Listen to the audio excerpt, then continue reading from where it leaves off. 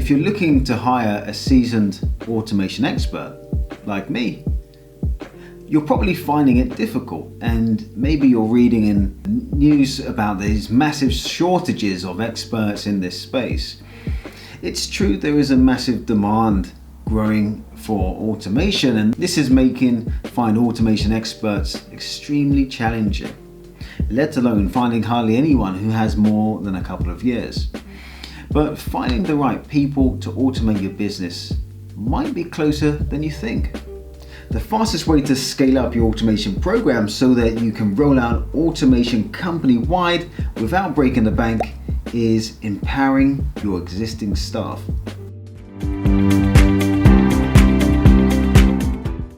Hi guys, I'm Tony, lead automation consultant at Lean IA, the Lean Intelligent Automation Company. And these videos were created to simplify intelligent automation for business leaders and professionals new to automation to level up their knowledge so that you can optimize your business and discover new technologies in an accelerated way. If you're looking to accelerate your projects and programs, hit that subscribe button so that you get notified every time I release a new video. So many business leaders feel that relying on existing staff is highly risky. What if the team can't deliver robust solutions? What if delivery is too slow? What if the bot is built wrong and goes wild and takes over? Yes, all valid questions. And yes, nothing beats on-hand expertise in your team. But hiring a small team of experts is an expensive process, and a large external team requires considerable onboarding to get acquainted with stakeholders and business processes and culture. Empowering your staff to do it themselves in a repeatable and controlled way might actually be your best bet, as in the long run they can actually be much faster and it keeps budget spend down. We've actually looked at the process of implementing automation, and we've broken it down into 23 repeatable steps. Check out that video in the links below. So in this video we'll take a look at the pros and cons of DIY automation. We'll look at the common mistakes and pitfalls that new teams make and how to get over them. And we'll take a look at some takeaway secrets of automation pros that you can start trying right now. A quick point, once you actually have a method of upskilling and empowering existing staff in the team, you will be able to scale that methodology out into other teams, and you can build a network of automation hubs to deliver projects faster and which you can control centrally. So I want to take a look at some metrics here. So Deloitte said back in 2020 that 73% of businesses are adopting intelligent automation. So that means that there's a lot of businesses out there that are moving faster, they're more efficient and more accurate, they're giving better customer service. Maybe you're feeling that you might get left behind. But then Forrester said that 52% of businesses are actually struggling to scale. So even with experts on hand, teams are struggling to launch more than 10 bots in their company. The big problem isn't the technology, it's the cultural restraints of the business. It's knowing where to find these use cases, and it's getting over the common pitfalls and challenges. Check out my video on how to overcome common challenges. However you look at it, businesses will need to grow their automation teams if they want to accelerate their progress and speedily churn out automation solutions. The solo band of a hybrid developer / analyst that you've brought in as an expert won't be able to save the day on this one without having an upskilled in-house team.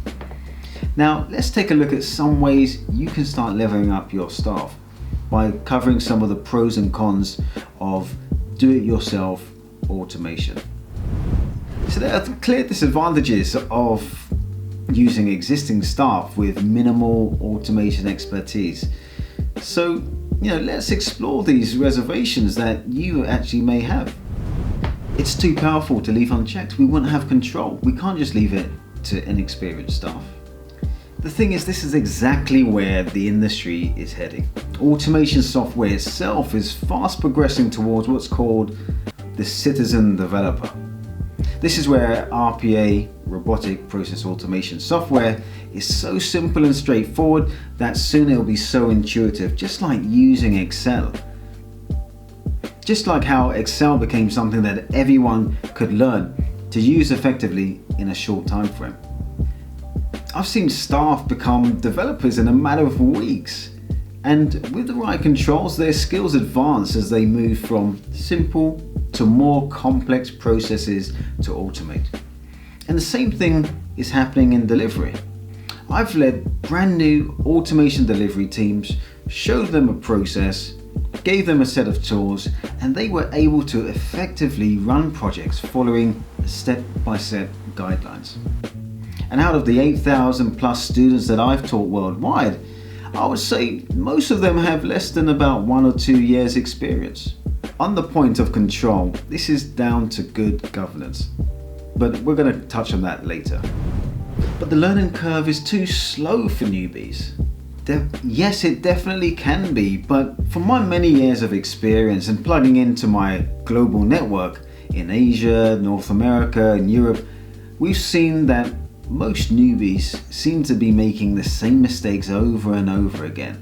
But when we applied lean thinking, even the masses of mistakes could be boiled down into just a few root causes. Pretty much all the mistakes and pitfalls seem to be the result of only a handful of missteps. And when we get right down to the root, basically up to 3 things were missing in all these scenarios. A lack of an execution process, a lack of uniform team training, and a lack of a standard toolkit. Even when experts are present in teams, these common mistakes happen when just one of these things are missing. The reality is companies have to train staff anyway. But the question is, if you had a framework or execution process, you could uniformly train your staff in less than a month. And if you had a toolkit of templates and tools to create a robust automation strategy, would you feel the same way?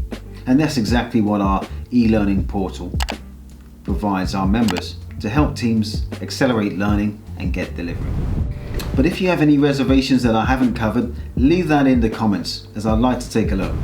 But with an inexperienced team, we could waste a lot of money and time and then have to redo it anyway. An expert team would just be a lot less headache. Yes, I totally agree, getting started with anything does take a little bit of time to get things going. Having an expert on site can really give your team a jump start and a boost of confidence. But if they had the tools and they knew exactly what they were doing from the training, still the number one thing that gets in the way of progress isn't the technology, it's the corporate culture and the buy-in. Existing staff, they already have the relationships with the teams, they know the processes, they know the applications, they know the fact that their accounting software always seems to glitch and freeze on Monday morning at 9:05 a.m. for some reason. So if you think about it, your staff, everything there is to know about your business processes. And the only question is, how do you accelerate their learning curve? And so the more knowledge that you have throughout your business on intelligent automation, the faster you can progress, and the clearer the governance and the roles and responsibilities are, and you have checkpoint criteria and quality checks in place, the less wasted time. But when these things are put in place, expert staff trumps external experts.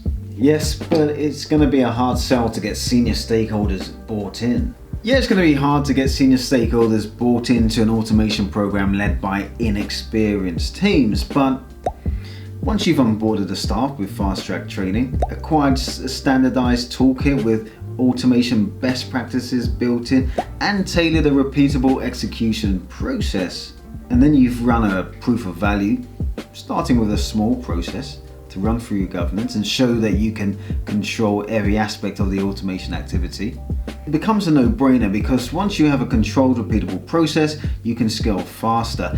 And with the lower cost to scale versus the large external teams, which are expensive, Your team can easily be much more nimble and you can boast much higher returns on investment. And that's an offer they just can't refuse. Yes, you may be thinking there's a high risk of frequent mistakes and detrimental errors and technical debt, which is basically when you build something and then you have to redo it again because it was built very poorly. And when you don't have an expert, yes, there's no one in the team who can mark their homework to know if they're doing it efficiently or not. But there's a large amount of businesses that are starting to do it on their own. Granted, they've got themselves in hot water and they hire people like us to come and help them fix their problems. But what's missing from new teams and what separates them from the professionals is just a handful of tools.